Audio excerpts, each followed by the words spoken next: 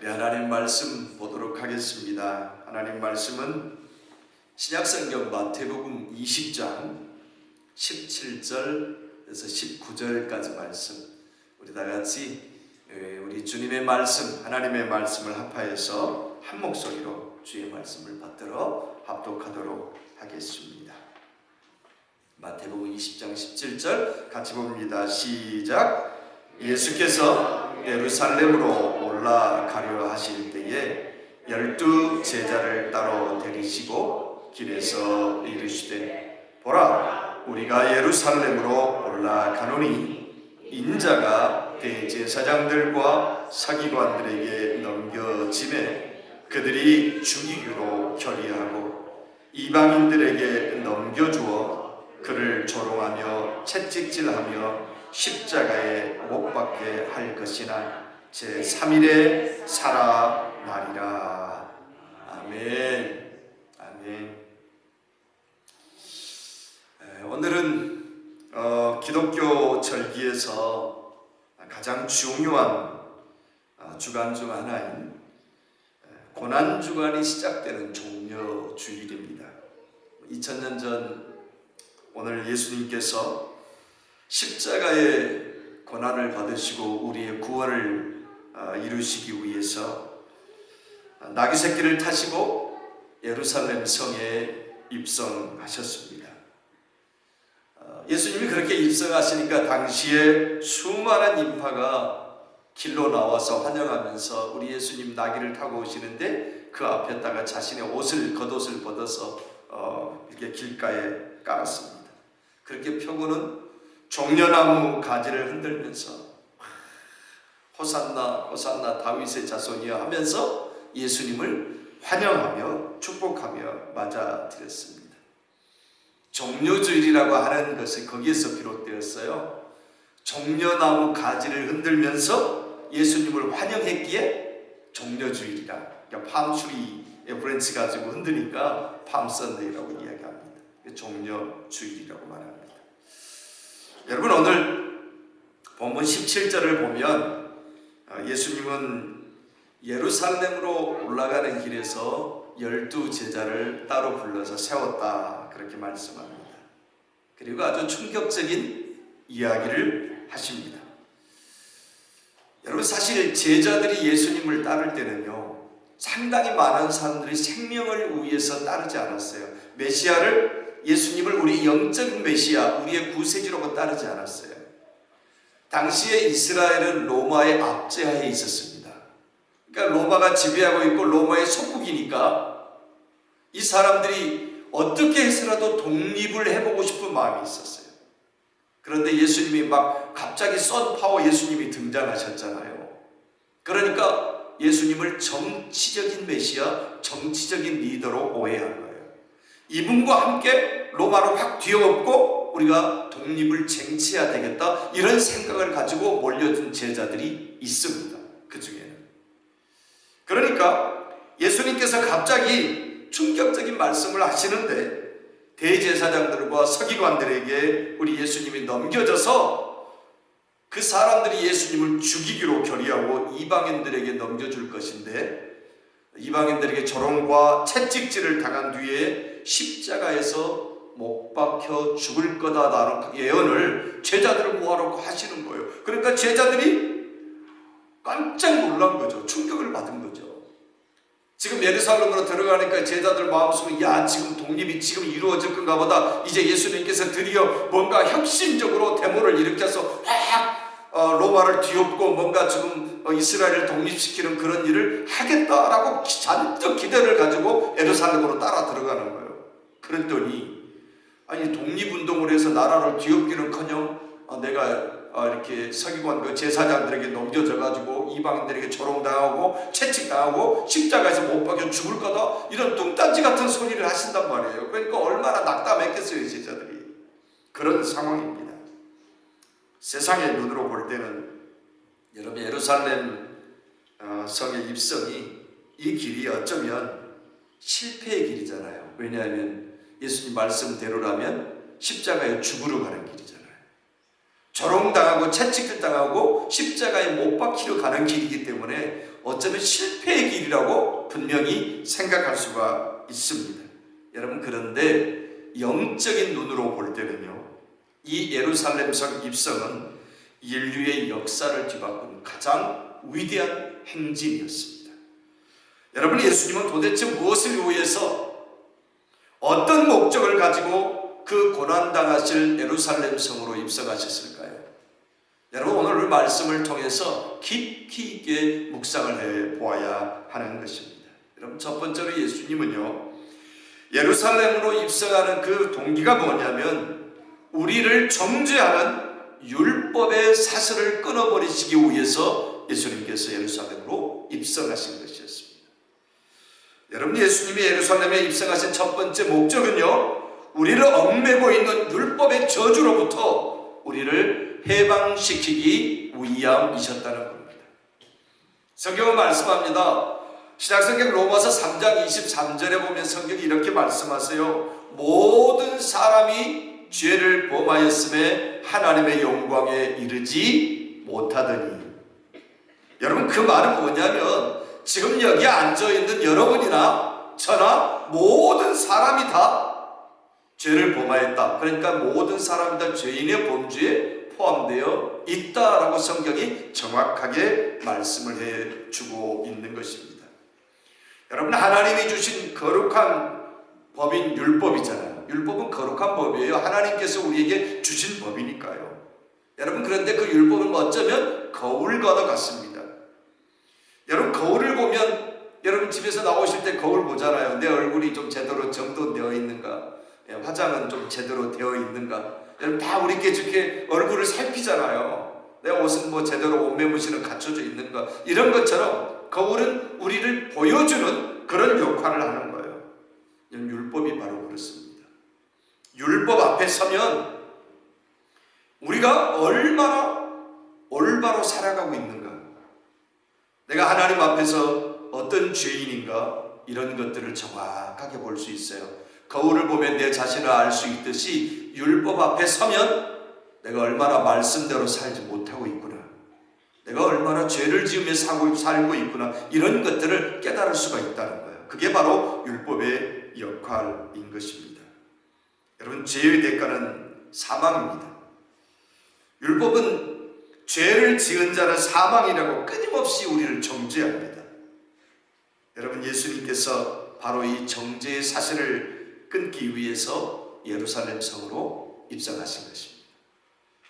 갈라디아서 4장 4절에서 5절은 이렇게 말씀합니다. 우리 다 같이 한번 읽어볼까요? 갈라디아서 4장 4절에서 5절 말씀 시작.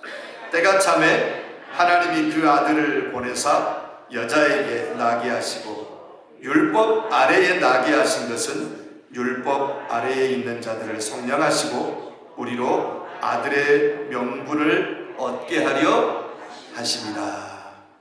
아멘입니까? 성량한다는 것은요, 값을 치르고 노예를 산다는 단어에서 이렇게 진행되었습니다. 여러분, 뭐냐면 피로 죄의 값을 다 지불하시는 것을 이야기합니다. 여러분, 예수님은 율법이 요구하는 대가인 피를 직접 흘려주심으로써 더 이상 우리가 율법의 종노릇 하지 않고 하나님의 자녀로 살아갈 수 있는 길을 열어주신 거예요. 여러분, 뭐냐면 오늘 말씀이 있었잖아요. 로마서 말씀에 갈라디아서 말씀에 아들의 명분을 얻게 하려 하십니다. 여러분, 예수님께서 십자가를 지신 게 뭐냐면 우리를 그 죄에서 속량하시고 하나님의 아들, 그 아들의 범주에 들어가게 만들 수 있도록, 하나님의 자녀가 될 수 있도록 그렇게 만들어 주신다는 것입니다. 여러분, 당시 예루살렘을 지배하고 있던 유대교는 엄청 부패 타락해 있었습니다. 율법의 정신인 사랑은 완전히 버려버리고요, 11조를 사람들이 얼마나 많이 하는가, 얼마나 철저히 하는가, 이것들을 하여튼 눈에 쌍심지를 켜고 보고 있었고요, 또 금식을 얼마나 자주 하는가, 이것들을 살피고 있었습니다. 완전히 형식적으로 치우쳐버렸어요. 하나님 앞에 온전한 율법의 정신은 사라져버렸어요. 하나님 앞에 온전한 예배를 드리는 거, 얼마나 하나님 앞에 붙들려 살아가는가, 이런 것들은 관심도 없어요. 얼마나 11조 많이 하는가, 얼마나 금식을 자주 하는가, 얼마나 율법을 잘 지키는가, 여기에만 관심이 있는 거예요. 믿음의 삶을 올바로 사는 거에는 관심도 없어요. 율법이 말하는 사랑의 정신은 어디 가버렸어요. 완전히 형식적으로 치우쳐 있었습니다. 여러분, 그래서 예수님께서 예루살렘 성에 입성하자마자 제일 첫 번째 하신 사역이 뭔지 아세요? 성전에 들어가셔서 성전 정화 사건이었어요. 성전에 들어가니까 이방인은 뜰에서 비둘기도 팔고 돈 바꾸는, 당시 이런 돈이 이렇게 성전 안에는 유대인의 화폐만 사용했거든요. 원래는 일반적으로는 로마 돈만, 로마 화폐만 통용이 되는데 성전 안에서 로마 돈을 안 받아요. 성전에 예물을 드릴 때는 유대인의 화폐만 받아요. 그러니까 돈을 환전을 해야 되잖아요. 로마 돈을 가지고 있는데 로마 속국이니까 로마가 지배하고 있었으니까 그 화폐를 가지고 가면은 예배를 못 드려요. 그러니까 그 안에서 환전을 해요. 고리대금을 받고. 얼마나 많은 돈을 받고, 그냥 예를 들어서 로마 돈 이렇게 이 유대인의 돈 조금을 바꿔주는데 유대인의 돈 100불을 바꿔주면 한 1000불쯤 받는가? 로마 돈? 이런 식으로 해서 바꿔주는 거예요. 그러니까 완전히 사기꾼들이 모여 있는 거예요. 예수님께서 그걸 알죠? 비둘기 파는 거, 거기 안에서 양을 파는 거, 완전히 폭리를 취하고 엉터리로 타락되어 있었어요. 그러니까 예수님께서 들어가셔서 장사하는 자들의 상을 뒤엎고 채찍으로 때리고 쫓아냈어요. 예수님께서 성경에 보면 처음으로 분노하신 것이 바로 이것이에요. 여러분, 그래서 하나님 앞에서 온전하게 예배를 드려야 되는 그 성전이, 완전히 기도하는 집이어야 되는 성전이 강도의 불혈로 만들어도다 예수님이 탄식하시면서 그들을 쫓아내시고, 여러분, 마태복음 23장 23절은 이렇게 말씀하고 있습니다. 화 있을진저 외식하는 서기관들과 바리새인들이여, 너희가 박하와 회양과 근처의 11조는 드리되 율법에 더 중요한 바 정의와 긍휼과 믿음은 버렸도다. 그러나 이것도 행하고 저것도 버리지 말아야 할지니라. 여러분, 성경이 그러잖아요. 율법의 정신 온전하게 지켜야 되는 건 중요해요. 그런데 치우쳐가지고 사랑은 버려버리고 율법의 정신은 버려버리고 형식만 가지고 있으니까 우리 주님 성경 말씀에 그러잖아요. 이것도 행하고 저것도 행해야 할지니라.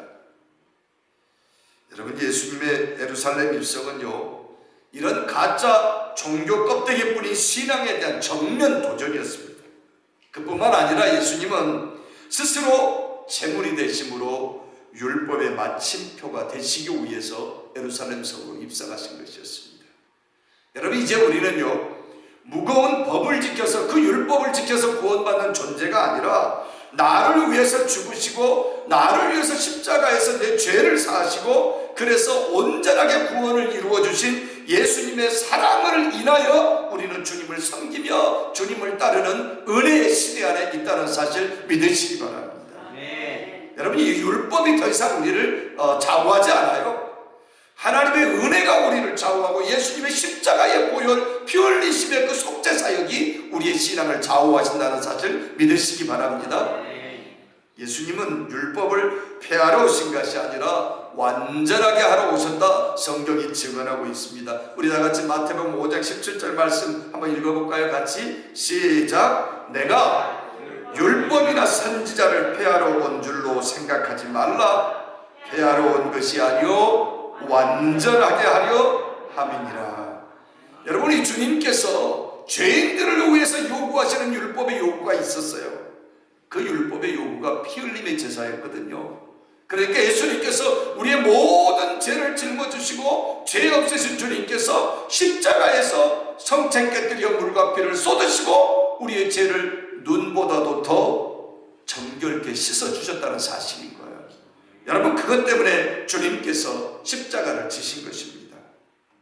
여러분, 정죄만 하던 차가운 율법을 예수님의 생명을 내어주신 따뜻한 그 사랑의 피 흘리심으로 완성한 곳이 바로 예루살렘의 골고다 언덕에 세워진 우리 주님이 지신 십자가였다는 사실을 믿으시기 바랍니다.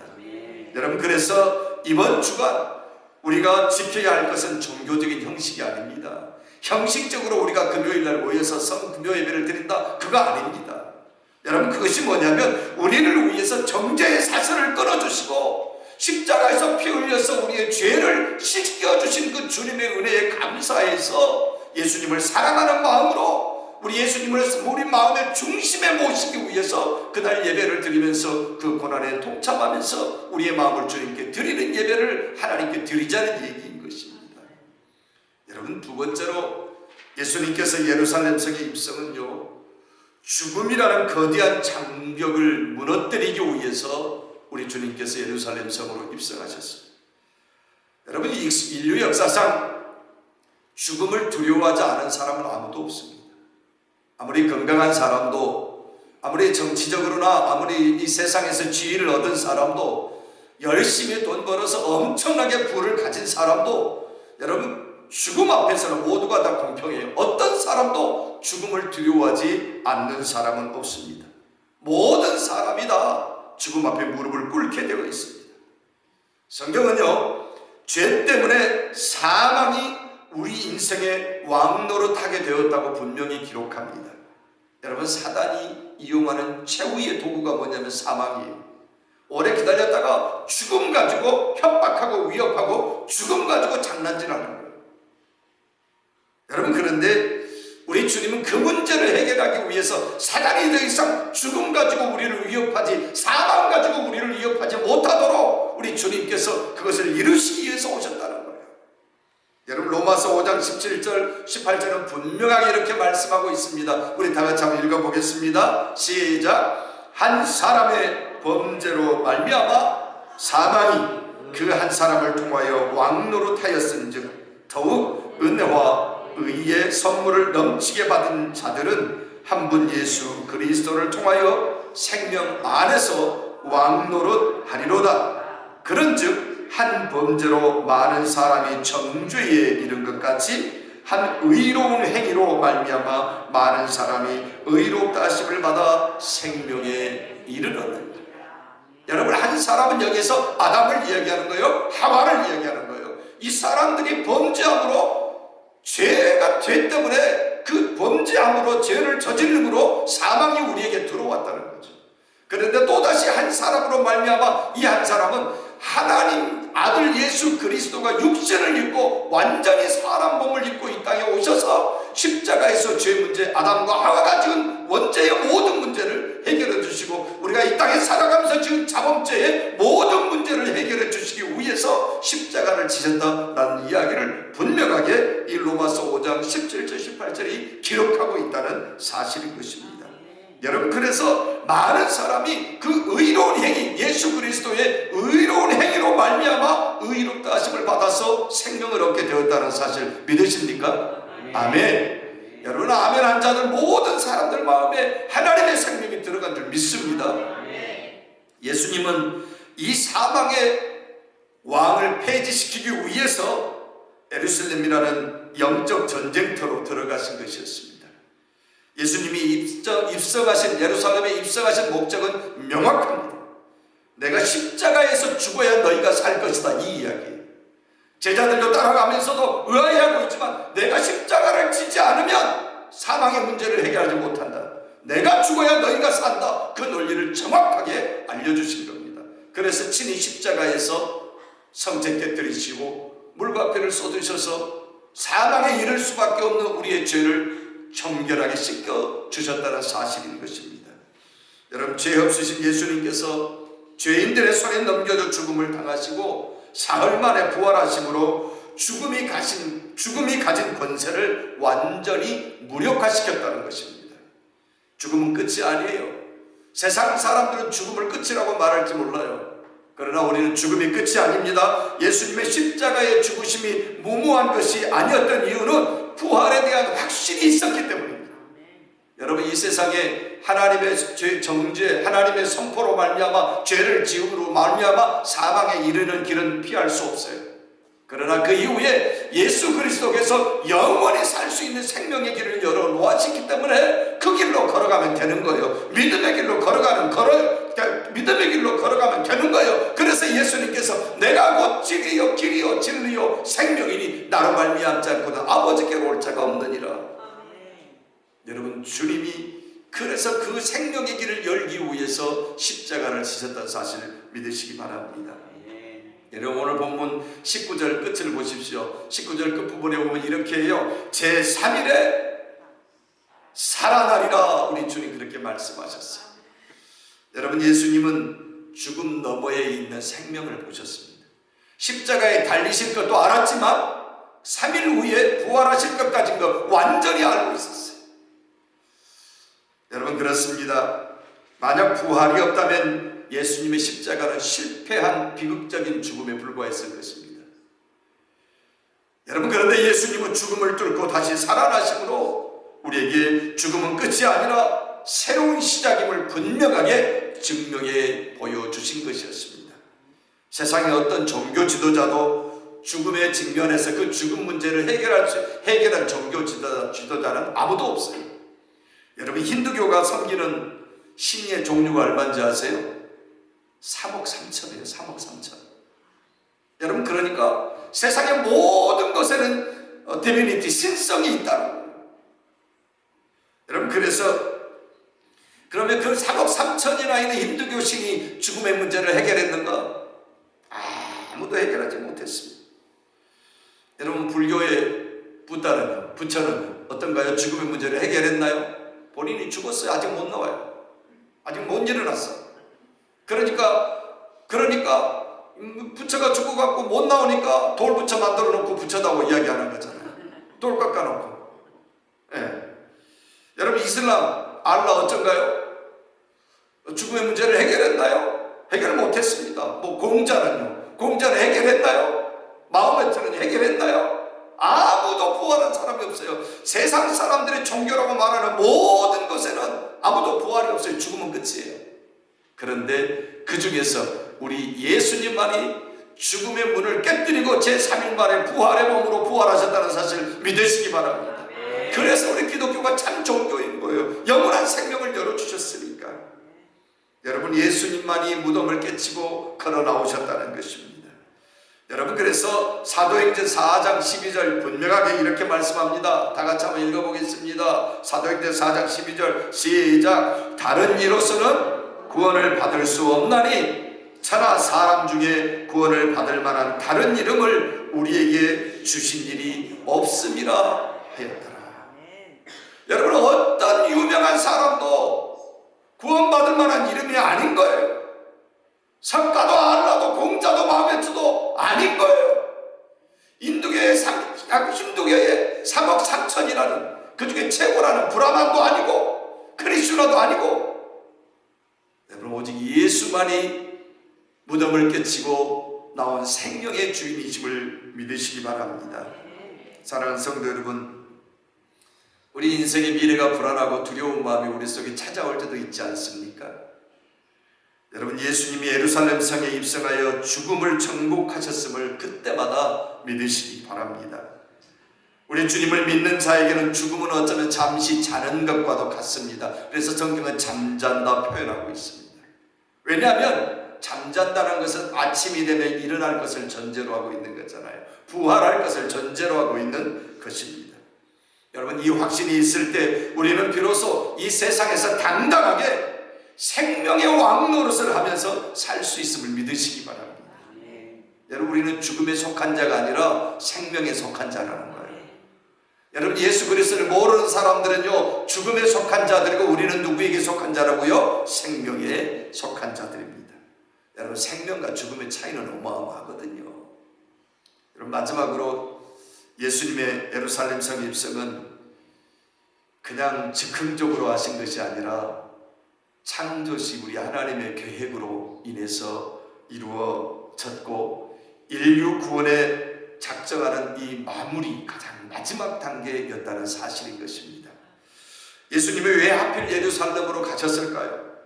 여러분, 그것은요, 구약 성경 전체를 관통하는 하나님의 약속이 서려 있는 장소가 예루살렘이었습니다. 여러분, 믿음의 조상 아브라함이 갑자기 100세에 난 아들 이삭을 하나님께서 모리아산에 번제로 바쳐라. 여러분 기억나시나요? 아니 줄칠 때는 언제고? 아니 잘 키워놨는데 그냥 청년까지 이제 자랐는데 그 아들을 그냥 번제라는 것은 죽여가지고 짐승처럼 그러니까 각을 떠가지고 태워서 드리는 거거든요. 근데 하나님은 인신제사를 원치 않으세요. 몰렉은 인신제사를 받았어요. 근데 하나님은 인신제사를 원치 않으셔요. 그건 아브라함의 믿음을 시험하기 위해서 하나님께서 모리아산의 번제로 바쳐라 그렇게 했어요. 여러분 그 모리아산이 바로 예루살렘입니다. 하나님 앞에 그 아들을 번제로 드리려고 했던 장소 잘 생각해 보세요. 아브라함의 아들을 드리려고 했던 게 아니라 받으려고 했던 게 아니라 하나님의 아들을 십자가에 내어 놓으시려고 하셨어요. 여러분 그거예요. 여러분 이삭이 상징하는 바, 그 아들을 상징하는 바 바로 예수 그리스도가 모리아산의 번제로 이루어질 것이라는 거. 여러분 믿으십니까?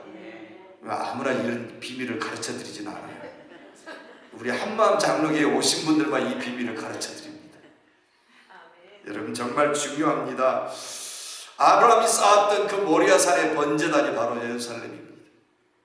여러분 다윗 왕이 하나님 앞에 예배의 단을 제단을 쌓은 곳이 바로 예루살렘이었습니다. 여러분 하나님의 임재를 상징하는 솔로몬의 성전도 이곳에 세워졌습니다. 여러분 그러니까 예루살렘은 하나님의 언약의 장소요, 하나님이 원하시는 그 약속의 장소가 예루살렘이었다는 사실입니다. 여러분 이 예루살렘에 다윗의 자손으로 오신 메시아 예수님께서 들어오신 것입니다.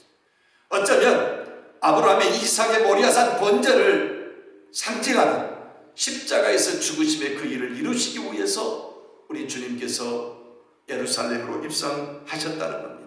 여러분 이것은 우연이 아닙니다. 구약의 수많은 예언이 성취되는 순간입니다.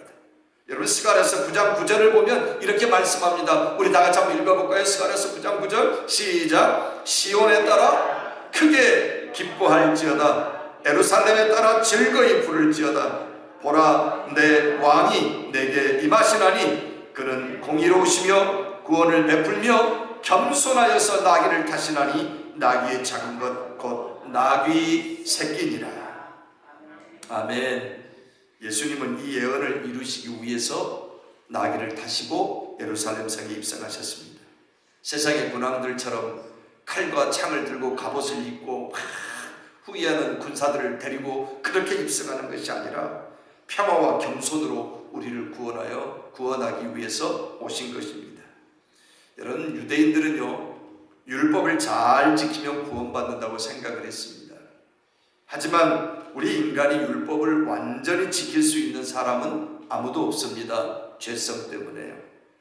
여러분 그래서 예수님께서 새로운 구원의 길을 제시해 주신 것입니다.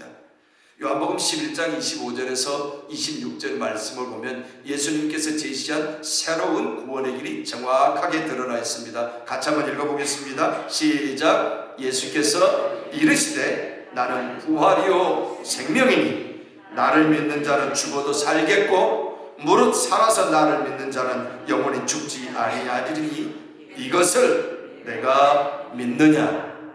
여러분 믿으십니까? 여러분 그렇습니다. 이제 구원은 나의 노력으로 되는 것이 아닙니다. 예루살렘 성에 입성하여서 십자가를 지시고 우리의 죄를 대속해 주신 예수님을 믿는 것에 우리의 구원이 달려 있습니다. 여러분 구원의 문제 내가 뭘 해야 내가 뭘 이루어야 되는 게 아니에요. 그냥 예수 그리스도가 나의 죄를 사해 주시고 나를 구원해 주셨다. 그분이 나의 구속주다. 그것만 받아들이고 믿음으로 아멘하면 내가 구원에 참여할 수 있는 거예요. 믿으십니까? 구원의 문제 쉬워요. 그런데 이게 어려워요. 그것을 하지 못해요. 그것을 그냥 믿고 받아들이기만 되는데 못 믿고 안 받아들이는 거예요. 그래서 어려운 거예요. 저는 오늘 예배드리는 모든 성도님들이 이 요한복음 11장 25절 26절의 말씀을 믿음으로 받아들이시고 구원을 성취하게 되시기를 주님의 이름으로 축원합니다. 여러분 예수님은 이 놀라운 진리를 선포하기 위해서 예루살렘을 두르고 있던 그 율법적인 종교의 그 권위에 도전하기 위해서 우리 주님께서 입성하신 것입니다. 영적으로 보면 예수님의 입성은 예루살렘 성에 더 이상 율법 율법적인 이 예루살렘 성이 율법적인 심판의 장소가 아니라 우리 주님이 이루어 놓으신 은혜의 성소로 완전히 바꾸어 버리신 것입니다. 여러분, 예수님이 완성하신 이 구원의 소식이 예루살렘에서 시작해서 그 이후로 이제 온 유대와 사마리아 땅끝까지 선포된 줄 믿으시기 바랍니다. 그래서 오늘 이 자리에서 우리가 예수 그리스도를 믿고 우리 하나님 앞에 예배하고 구원을 성취하면서 구원의 백성으로 살아갈 수가 있게 되었다는 사실을 믿으시기 바랍니다. 여러분, 말씀을 끝맺겠습니다. 오늘 본문 18절에서 예수님은 제자들에게 말씀하십니다. 보라, 우리가 예루살렘으로 올라가노니 그랬어요. 여러분, 이 올라감은 영광의 보좌를 버리고 죽음의 골짜기로 내려가는 사랑의 투정의 그 길이었습니다. 예수님은 왜 이 길을 가셨어요? 여러분, 세 가지였잖아요. 첫 번째, 우리를 짓누르는 율법의 정죄에서 우리에게 자유를 주시기 위해서 그렇게 올라가셨어요. 두 번째는 우리가 가장 두려워하는 죽음의 공포, 이 문제를 생명의 소망으로 바꾸시기 위해서 입성하셨어요. 세 번째는 우리가 하나님의 자녀라는 영광스러운 신분을 되찾아 주시기 위해서 우리 주님께서 십자가에 지셨어요. 여러분, 하나님의 자녀라는 영광스러운 길이요.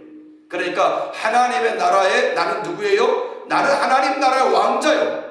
나는 하나님 나라의 공주요. 왜냐하면 하나님의 자녀니까, 온 우주의 왕이신 분의 자녀니까 우리는 누구예요? 왕자와 공주예요. 믿으십니까? 여러분, 왕자처럼 사시게 되기를 바랍니다. 여러분, 공주처럼 사시게 되기를 바랍니다. 짜잔하게 살지 말고. 우리는 좀 이렇게 이제 왕족이잖아요. 온 우주의 왕족이니까 좀 왕족처럼 살아야지 짜잔하게 살면 안 되잖아요.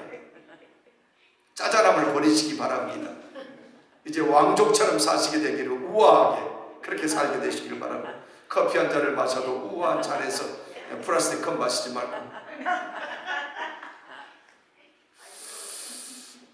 여러분, 2000년 전 예루살렘 성문 앞에 서셨던 예수님이 지금 여러분의 마음의 문 앞에 서 계십니다. 호산나, 우리를 구원하소서라고 종려나무 가지를 흔들면서 외쳤던 당시의 무리들처럼 여러분, 우리 마음문을 활짝 열고 우리 주님을 받아들이시기를 바랍니다. 형식적이 아니라 여러분, 진정한 우리 주님을 찬양하면서 여러분 마음으로 정말 종려가지를 흔들면서 주님을 환영하는 저와 여러분이 다 되시기를 주님의 이름으로 축복합니다. 우리 다 같이 기도하겠습니다. 이 시간에 오늘 주신 말씀을 생각하면서 우리 주님 앞에 기도하며 나아가겠습니다. 한 목소리로 우리 같이 기도하지요. 거룩하신 하나님,